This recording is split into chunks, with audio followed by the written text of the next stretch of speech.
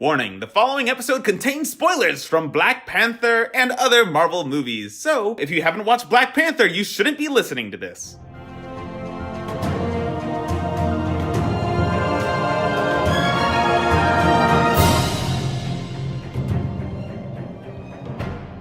Hello, I'm Henry. And I'm Trey, and welcome to Marvelous, a Marvel Cinematic Universe podcast, Where we go through the entire Marvel Cinematic Universe, movie by movie, show by show, in order of release. Except not today! A movie has just come out. We're gonna be talking about Black Panther and all the spoilers. Yes, we are! All of the magnificent spoilery goodness of this movie. Indeed. So if you haven't seen it, this is your last chance to turn away, or we will ruin everything for you. Mwahahaha. So, Trey, what did you think of the movie? I thought that it was good, though not quite as good as I was expecting it to be. Yeah, I felt the same. It might be partially just due to how much this movie was hyped up, but it wasn't super amazing in my eyes, but it was still good. It felt a lot like a lot of the other Marvel origin stories, and although the setting was very unique, I thought the basic story structure was kind of weak. I agree. I feel like the trailers looked really amazing for this movie, and the actual film didn't quite live up to them. It was still good. It wasn't bad by any means. It was better than okay. It's a good, solid origin film, and I'm glad that we finally have a good representation for a black superhero. It just wasn't quite as exciting as I was anticipating. Yeah, for sure. Especially after Civil War, everything that's been leading up to this movie kind of hyped me up for something probably a little bit different. And this movie having come straight after Ragnarok and having a lot of similarities to that movie kind of struck a weird note with me. Yeah, I think it's hard to go back to an origin story after we're getting so many things that are ramping up to Infinity War. It's just like, well, let's just go back to the super simple times. Yeah, like just one hero and just one villain, and the villain has the same power as the hero. Yeah. Yeah, because this is super weird. Infinity War is next, and I don't think I'm ready. I don't know what to expect, and I'm afraid. I'm afraid too. I don't know if it can ever live up to the hype, but it's going to try. Yeah, seriously. And it has to do it twice because the part 1 and part 2. I feel like the 2 is going to be better because there's probably going to be some kind of cliffhanger that leads people desperate for the second half over the course of the year. I'm not sure, but we will find out in 3 months. So I guess one thing we could talk about first is, Trey, who was your favorite character from the movie? I liked... Favorite new character? So I can't choose TChalla or Agent Ross, you're saying? Ross got a lot more development in this movie, so I'd count it. That's okay, he's not my favorite. Okay. I really liked most of the characters in this film. I thought they were all done really well. And I loved how much woman power they had, as well as, like, just good overall representation in general. But I think my favorite would probably be Okoye, if that's how you say her name. Yeah. The warrior girl that led the warriors of the tribe, because she was pretty badass and cool, and I loved every minute of that. Yeah, she was so fierce and powerful, and every time she was on the screen, she really, like, just commanded the attention of everyone around her, and it was so cool to see her in action.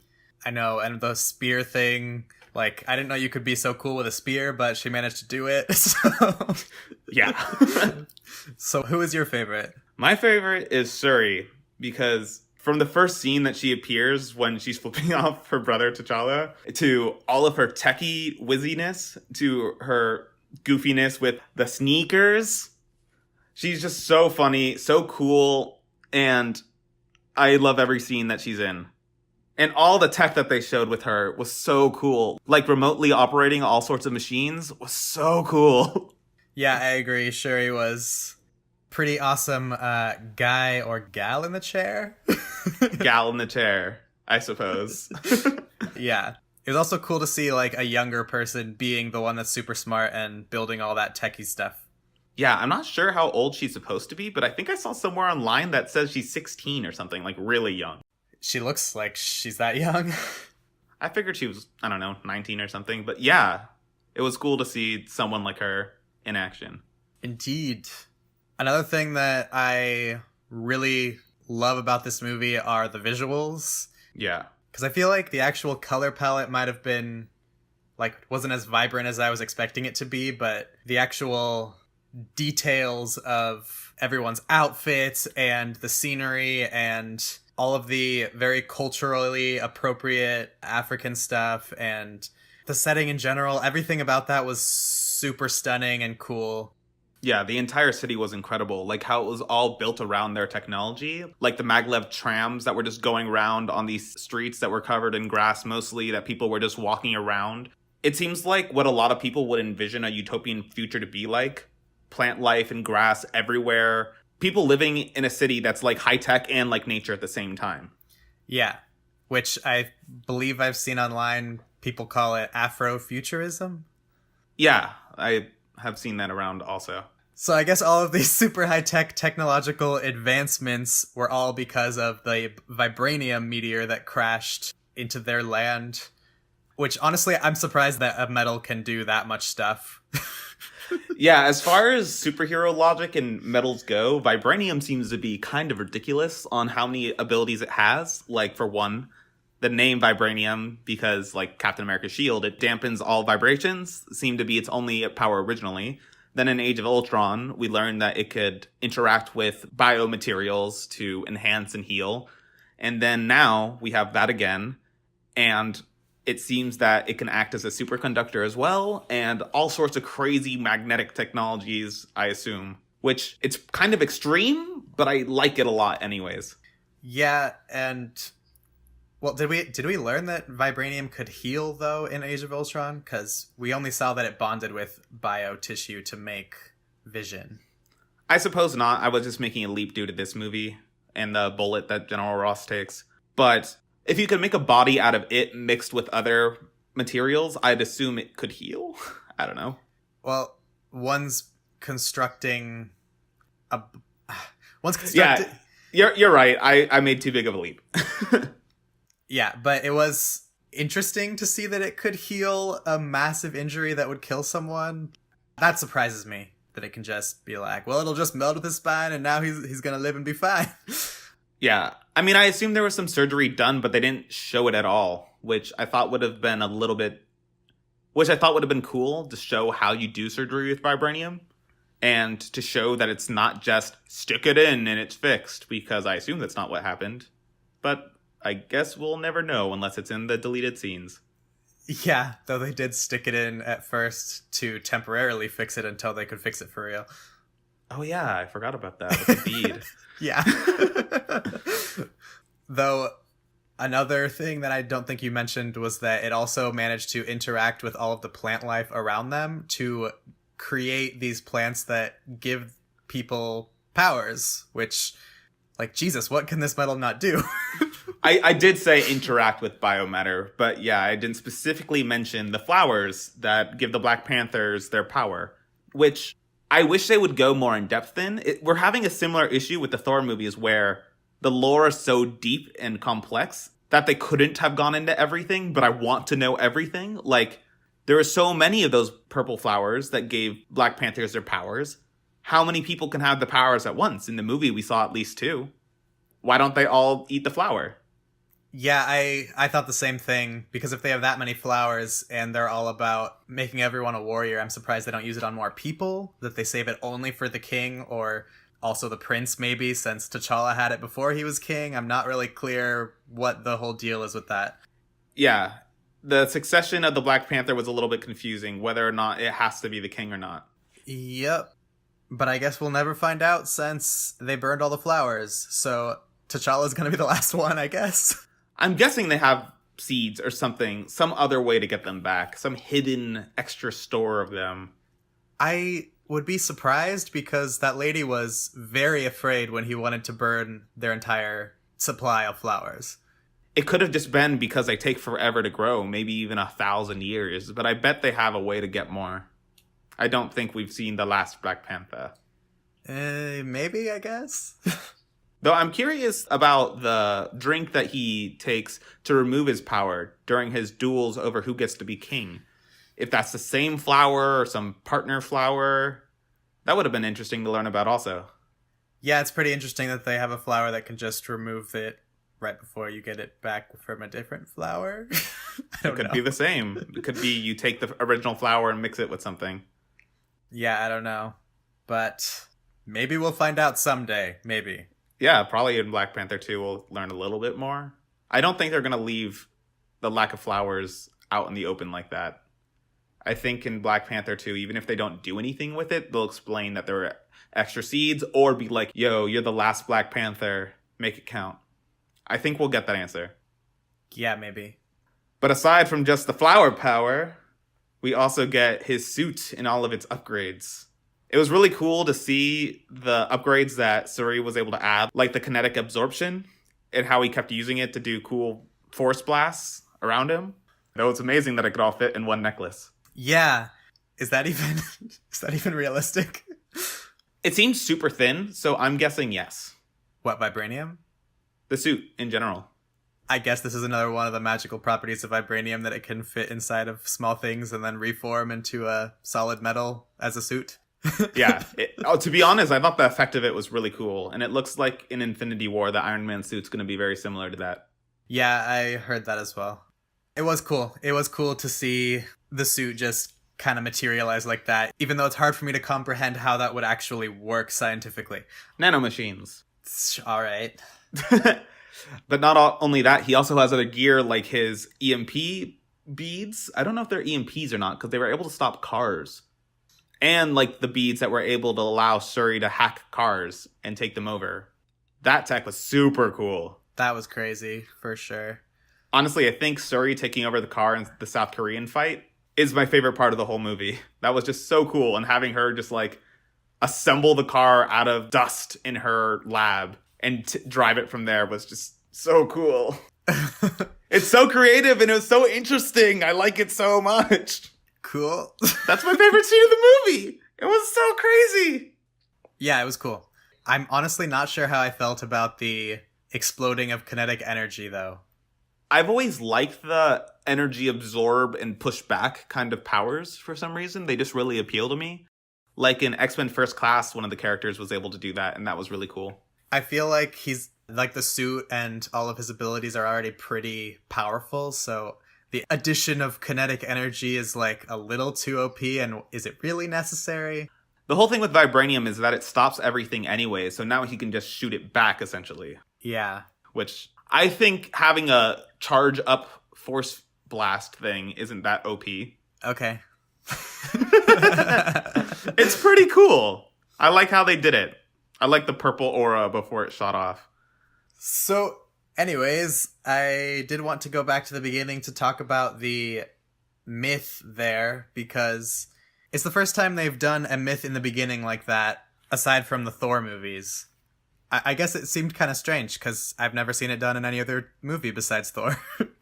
Yeah, I thought it was really well done. It was super pretty. I like seeing the origin of Wakanda, and the legend was really cool.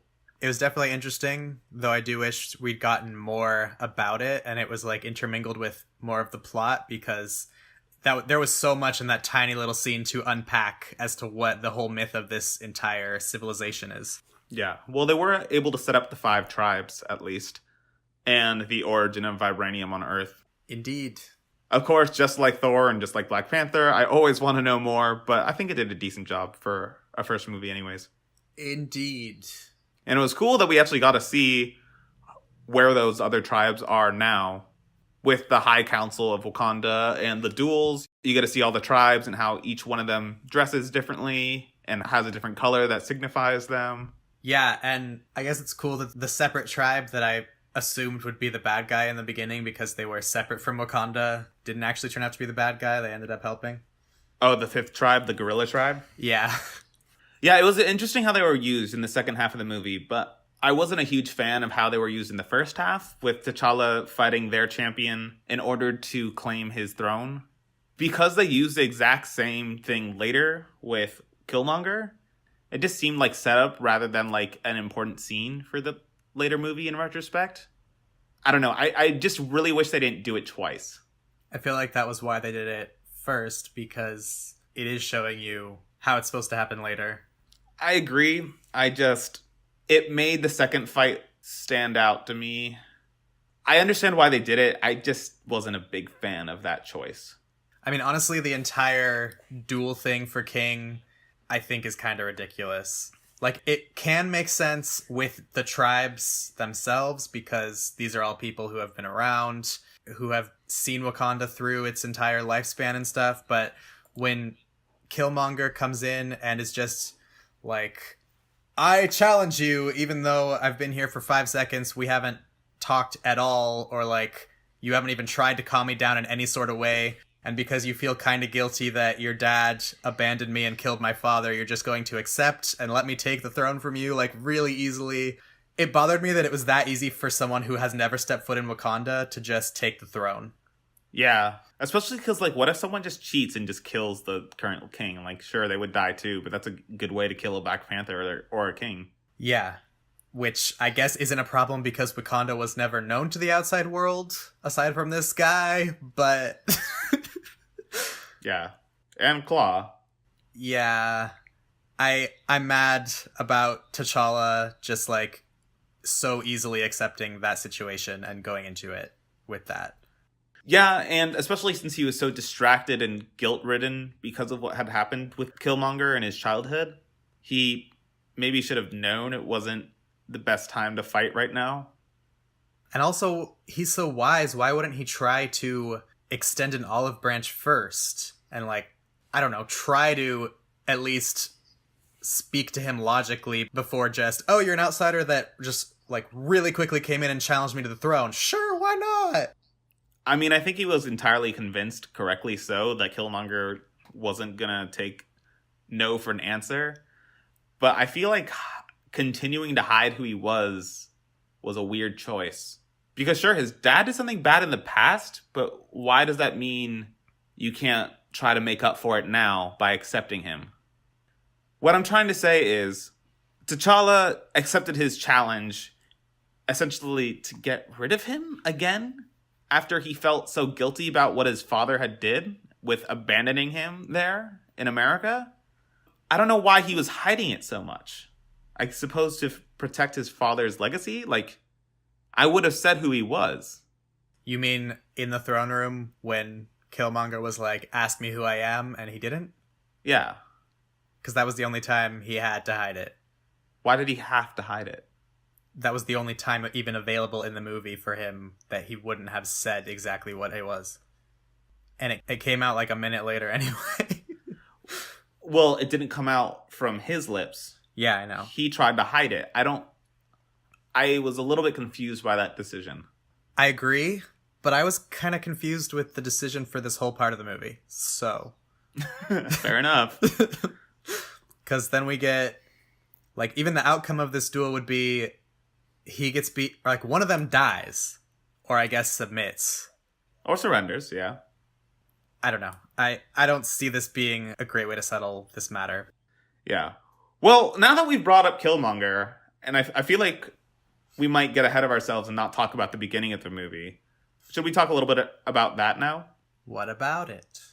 Well, one thing I wanted to talk about was the opening scene of Black Panther himself. How he's in the jet with Okoye, and she mocks him about not freezing in front of Nakia. And then he comes down, saves her in a really cool way. All stealthy and cool like Black Panther does. And then he does freeze. And then Okoye just totally saves his ass. I loved everything about that scene. Yeah, I liked how Okoye just came in and saved him at the end. Yeah. Did they say anywhere that the Black Panther has to be male? Because I was curious about Okoye. I mean, like, I feel like she probably can't become the Black Panther because she has her role as the chief guard of the king. But I don't know if that's a rule or not. Honestly, I don't know, but I was also confused about gender roles in this society in general, because the women seem to be just as strong fighters as the men, but when it comes to king, T'Challa is the person they go to, and it seems like it's the next king and not like the queen doesn't get the mantle, or like there's no woman who has that option. I mean, He was the eldest child of the last king. The queen's still alive. Is that normal for monarchies when an older king or queen dies? Even if the other queen or king is alive, it still goes to the kid? I mean, that's in the situations where women have no power, though. Because there are some kingdoms that do give power to the queen, like Queen Elizabeth. Isn't she in charge? Was she in charge because her husband died? Who was king before her? I don't know. I was just saying there's a queen that is actually a ruler. Why is the queen not allowed to rule in this land if women are so empowered in this land? I think if Shuri was the older child, she would have been in charge. She would have become queen. What's wrong with the mother? It could be like one of the monarchies where the person who marries into the royal line doesn't actually hold any power. So she was never in line for succession. It was always going to be a kid. It doesn't matter if it's a boy or girl. It just can't be someone who married in. I guess that's possible. Like if T'Challa died after marrying Nakia, if that's what happens, I don't think Nakia would become queen, necessarily. She didn't fight to win. She didn't prove herself worthy as being the monarch. You have to prove yourself, you solo, as the one who takes over. I just feel like that's not how actual kingdoms work, but... Wakanda isn't an actual kingdom, Trey. Fine. You have to win a fight to the death to become king or queen, I assume. And maybe they do only have kings. I don't know. All right. Anyways, another thing that happened early on in the movie was the introduction to Killmonger in that museum in London where he needed some vibranium. Did I ever explain what he used it for? Did he ever use it for anything? Don't think so. Yeah. Oh. Okay. Yeah. What was the point? We can talk about this because it's a huge problem with this movie. Okay. Yeah. Yeah. So I guess they never used that vibranium. They never really explained what the relationship of Killmonger and Claw were, other than that they were working together. But I don't know why. And then Killmonger killed him like nothing, and his girlfriend, to get the Wakanda. Yeah, I feel like that's one of the main flaws of this movie, is that the first half and the second half don't seem to be connected that much plot-wise, because there was not really a purpose for the vibranium they stole. They were setting up Claw as the villain, but Killmonger is the one who became the villain the second that Claw died. And his death was really fast. Yeah. And kind of out of nowhere. Not in a, ooh, what a twist, in a, wait, what? And Agent Ross had some really cool parts in the first half of the movie with the casino when they were chasing after Claw, but then he went to Wakanda with them, and I wasn't really sure why he was there. Yeah, every scene that he was in the final battle kind of just threw me off. Like, it was cool that he was, again, using that remote piloting technology of Suri's, but it felt weird every time they cut to him. And they added, like, this weird tension with some ship shooting through the glass slowly with him. And it's just like, I don't know why we care about him right now. Yeah, I agree. I did like his character for the movie, and I was like, yeah, he's a cool character, but I'm not sure why he was necessary. Yeah, he was way cooler than expected. After Civil War, I kind of expected him to be a drain on the movie, and I guess with what I was just saying, he was, but I still liked him. Yeah. So I feel like there was some connective issues between where they were going in the first half of the movie and where they ended up in the second half. I don't know. It seemed like two different things. I did like Claw, though, before he died. He was really interesting, in his, like, vibranium mining tool arm was super neat. That was crazy. Yeah, like, when he ran out of bullets and then Black Panther caught up to him, I'm like, oh, crap, like, they're gonna catch him right here? Then he starts laughing and his arm splits in two and he just shoots him. It's great. It's hilarious. Is he supposed to have an actual claw hand? I think so. I think that's a comic thing. He's, like, way more modified in the comics. Yeah, I was wondering if this was, like, the movies taking away his claw and giving him this really weird, cool hand instead. He had a different mechanical arm in Age of Ultron, didn't he? He got his arm cut off in Age of Ultron, I thought. Yeah. But his name is way too convenient. Yeah, but except he has no claw. He has a fake hand now that is powerful, so it's questionable. Yeah. It's cool, though. Yeah. He was a really fun villain. He's almost as like maniacal and crazy as some of the Netflix villains, which is a lot of fun to see in the movies. And his interaction with Ross while he was imprisoned, I really liked as well. Yeah, he definitely seemed like a charismatic and interesting villain, but he didn't get that much time to shine because then he was suddenly killed after he was rescued for some reason. Yeah. You know, I think one of the reasons why I was really dissatisfied with it is because T'Challa never saw him again. Like, the next time T'Challa even heard about him, he was in a body bag being brought there by Killmonger. And what would you have wanted to happen instead? I suppose T'Challa to get revenge. I don't know. I just wanted more Claw. Yeah, I don't know. Yeah, I was surprised by how little he was in this movie. I mean, he was in the first half a lot, but I was surprised at him not being in the second half, especially since I was trying very hard to not pay close attention to any of the trailers. So I was a bit disappointed when he wasn't there in the second half. However, Killmonger was cool. And I like how they introduced him. Like, when he steals the Vibranium and then he steals the mask. And they're just like, oh, does that also have Vibranium? And he's like, nah, I'm just feeling it. That was cool. I like that. Yeah, his character was pretty realized, and I enjoyed that. And he had a really good motivation for a villain. His backstory and the flashbacks with his dad were really well done. Though I was really thrown off by the movie starting in America and not Wakanda. But yeah, it was really well done. Yes. It's almost kind of unfortunate that his plan was so crazy to just give everyone weapons and pretty much destroy everything. Yeah, I was really hoping he would be the kind of character that turned around and maybe not became a hero, but like, I wanted him to live. I didn't want him to die. I thought he could have been a cool character to be a foil to Black Panther in the future. How he wants the best for his people, as in black people all around the world, not just Wakandans. And he's willing to go to great lengths to do it. And I thought a more satisfying conclusion would have been T'Challa convincing him that they can still accomplish his goals through peace. But it did make sense that he wouldn't succumb to such beliefs since he was just far too jaded, ending with his suicide in the end. Yeah, considering how steadfast he was and how set on completing exactly his goal and nothing else like could possibly deter him from that, I don't see how they could have let him live, but it was disappointing to see yet another villain just be killed off and be a one-off villain for this movie. Yeah, I agree. I guess something I would have liked to see, and something that maybe could have changed his mind a bit, was to see him walk around the locals of Wakanda a little more and to see what it's really like there. That probably wouldn't have changed his opinion at all, but I thought it would have been cool to see. I feel like that is what was missing. Like, maybe in the beginning, or even at the end. Like, yeah, I just felt like he never actually looked at Wakanda or thought about what it was.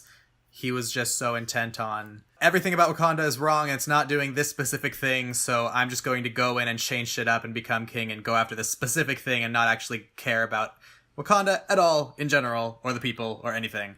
Yeah, he just wanted a source of power, essentially. He didn't care about Wakanda at all. Yeah. So, while we're on the topic of Killmonger, though, we should probably talk about what happened after he got the crown. Yeah, with him drinking the essence of the flower, I'm not sure if that's what I should call it, and him visiting his father in the afterlife. That was a really well done scene. With his father, with how they showed him as a kid, and then showed him as an adult, and showed his father's reaction to that, altogether was really well done. Yeah, it was interesting to see. Especially how heartbroken his father is when he sees that Eric didn't even cry over his death because he grew up in a world where that was just normal. Yeah.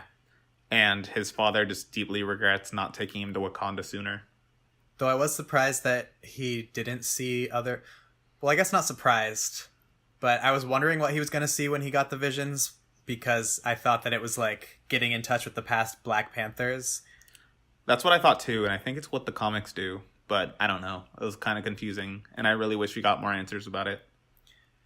What did you think about the whole situation with T'Challa, quote, dying, end quote, for a portion of the movie, since we know that he's in Infinity War and he was never in danger? Yeah, I thought that was really poorly handled.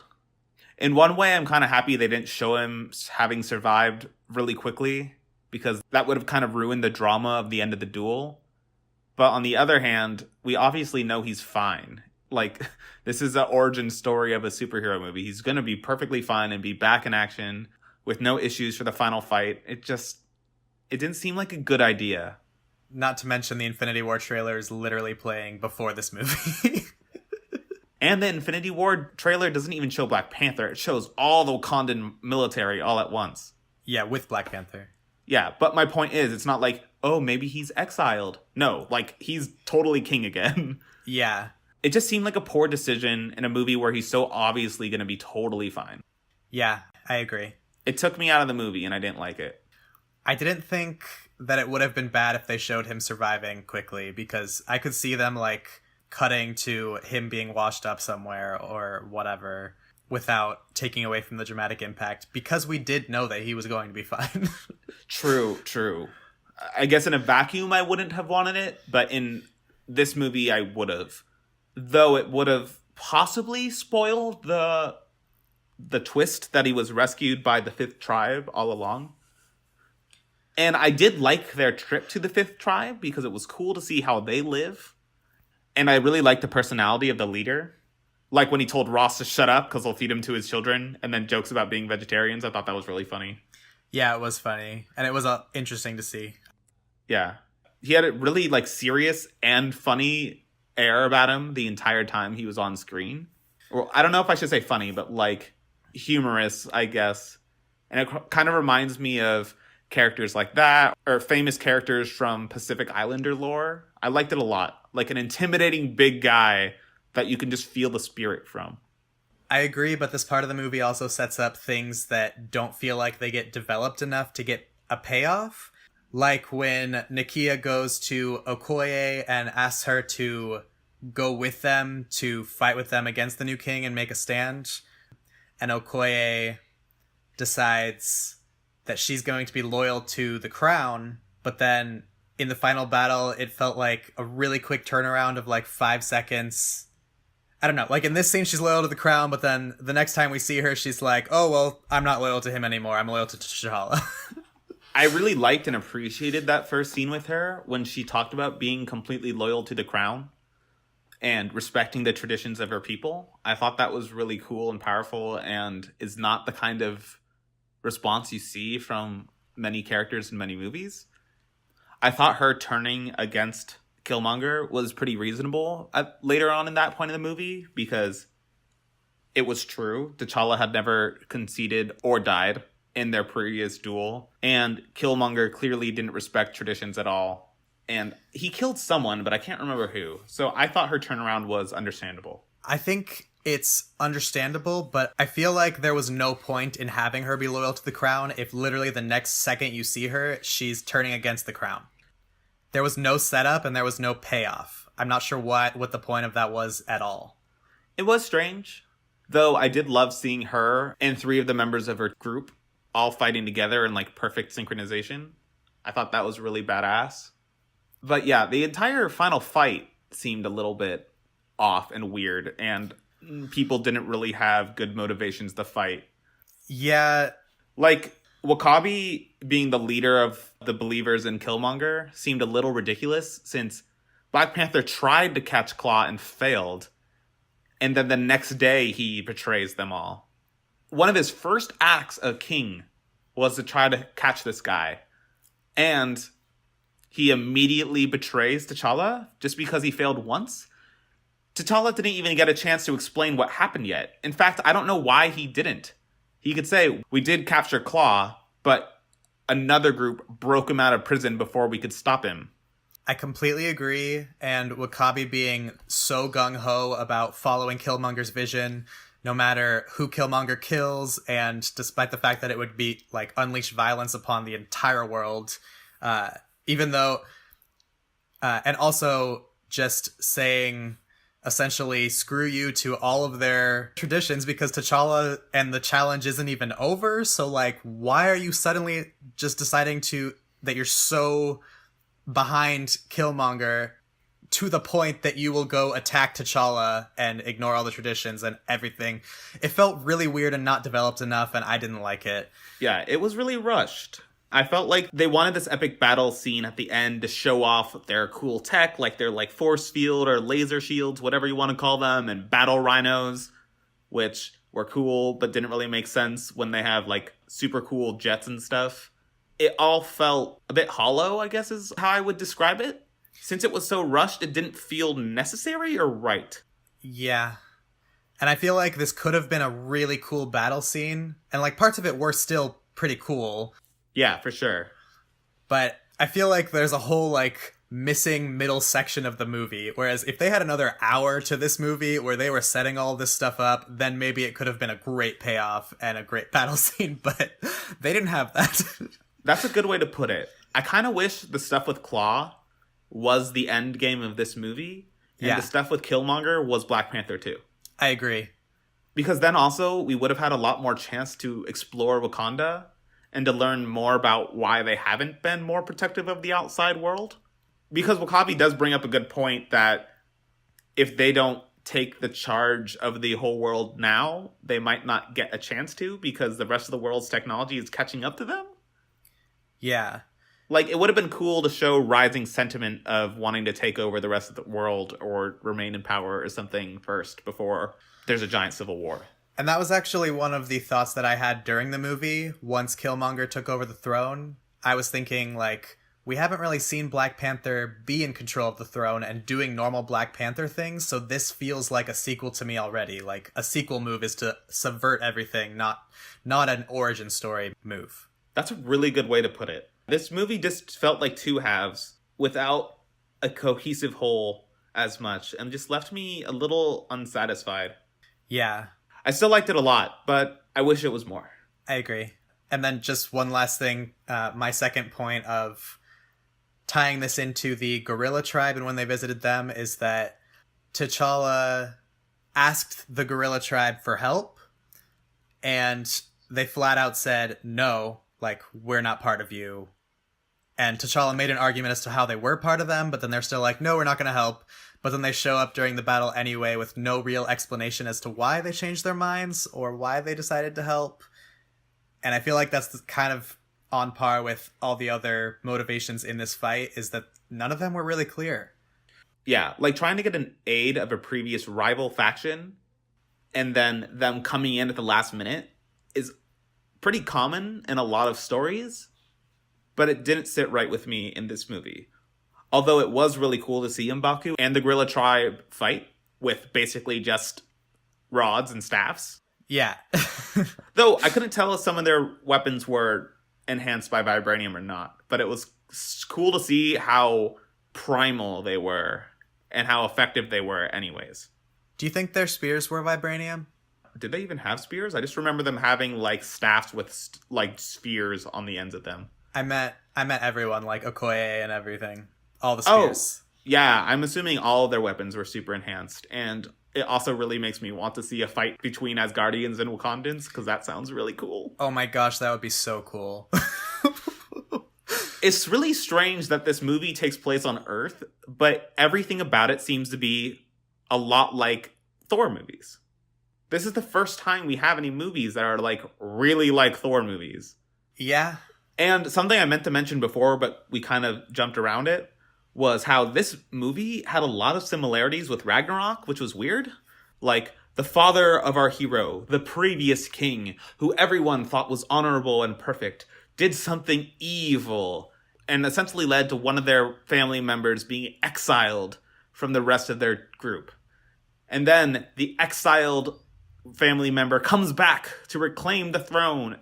It was too much like Ragnarok, and I think I would have liked this movie a lot more if it came before Ragnarok. Because of the similarities, and because Ragnarok was just so damn amazing and exactly what I wanted from a Marvel movie. Yep, I agree. There is one more thing I wanted to mention that seems really minor, but kind of stuck out to me since we were talking about similar things. Like how Suri makes the whole joke about giving the Black Panther sneakers because they help him sneak because they don't emit any sound when he walks. That to me felt like a good example of something that kept happening in this movie where something cool got set up but didn't really get shown. It's like Chekhov's gun. Like, if you're going to show those sneakers, you got to use the sneakers. There felt like there were a few scenes in the movie like that where things were set up and then didn't really happen And it's like Claw's death, where it caught me off guard, but not in a good way. Yeah. I mean, it was a funny joke, but it definitely makes one question why these things were included in the movie if they didn't have a purpose. Yeah, because I thought the sneakers were a really cool idea, and I was kind of excited to see how he'd use it to do some kind of stealth mission. Because, like, the first action scene in the movie, when he's being all sneaky in the forest and hiding in the trees and taking out all those soldiers, I wanted to see him do some more stealth stuff. Yeah, that would have been really cool to see. It would have been really cool to see Black Panther being Black Panther, because I honestly don't know what his norm is like. Yeah, I mean, I'm guessing the whole scene in Korea was supposed to be his norm, and that scene was amazing. Also, I wanted to mention, too, Okoye in that scene was amazing. She was really funny in how she hated the wig so much, super badass in the casino, and when she stopped that car with just one spear, holy shit, that was so cool. Yeah, that was really cool. That scene was awesome. Yeah. I'm not sure that is Black Panther's norm, though, since they even said beforehand, like, oh, as king, I should be staying here, but I'm going to go pursue this guy right now anyway. Yeah, again, it's back to that question of, is the Black Panther always the king? Because he was the Black Panther before he was king, but he was also in line to be king. So what does it mean to be Black Panther? But, like with Killmonger, whoever won the duel to become king got the Black Panther flower power. So, need more info. Yep. Personally, that is what I would have wanted this movie to be, is showing us the backstory of Black Panther and the status quo and giving him a good villain to go against as the first run of a Black Panther movie. Yeah. And showing us him as king, since we haven't really seen much of that. Yeah, I totally agree. I'm guessing that with Marvel, it's just kind of difficult to have a satisfying movie when they're introducing so much. Because it was the same thing with Thor 1, it was the same thing with Doctor Strange, and it's the same thing with this movie. Introducing so much at once just makes it harder to have as satisfying as a story as it could have been. Yeah, and I feel like maybe they were trying to make it both an origin movie and, like, a later movie, like, try to make it more exciting and have this extra stuff happening. But it's just really hard to meld those two things together in a way that's satisfying. Yeah, though they did have a really good example with Spider-Man Homecoming, but it's way easier to do that since his story is so much simpler and everyone already knows who he is. Yeah, and they didn't go for a high-stakes game like Black Panther did. They didn't go with subversion. They went with establishing the status quo. Yeah. So I guess we should talk about the after credit scenes. Yes, we shall.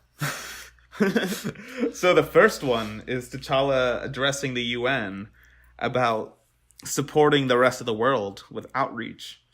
And then some ambassador from, I don't know, I think it was Italy, was like, Wakanda, what can you guys do? And he just smirks. I like that scene. Yeah. Like, what can a bunch of farmers teach us? A lot.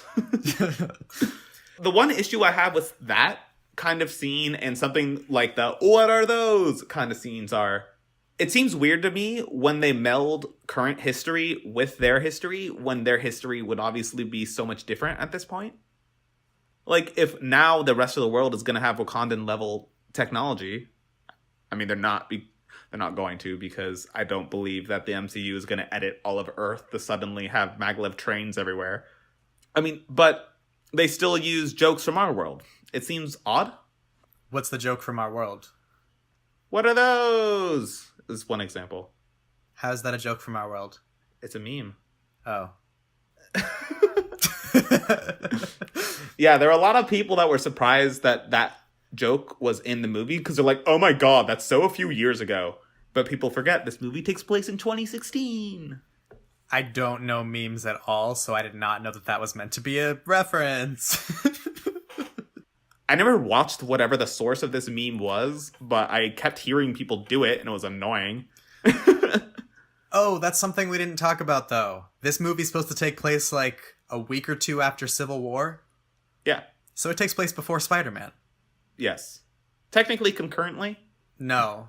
Civil War happened, and then it was 6 months later. Yeah, it does take place right before it. That's weird. Why is time Why is time not linear?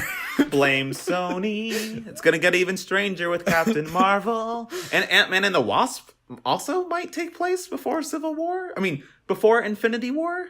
Yeah, I don't know. Yeah. I just don't know.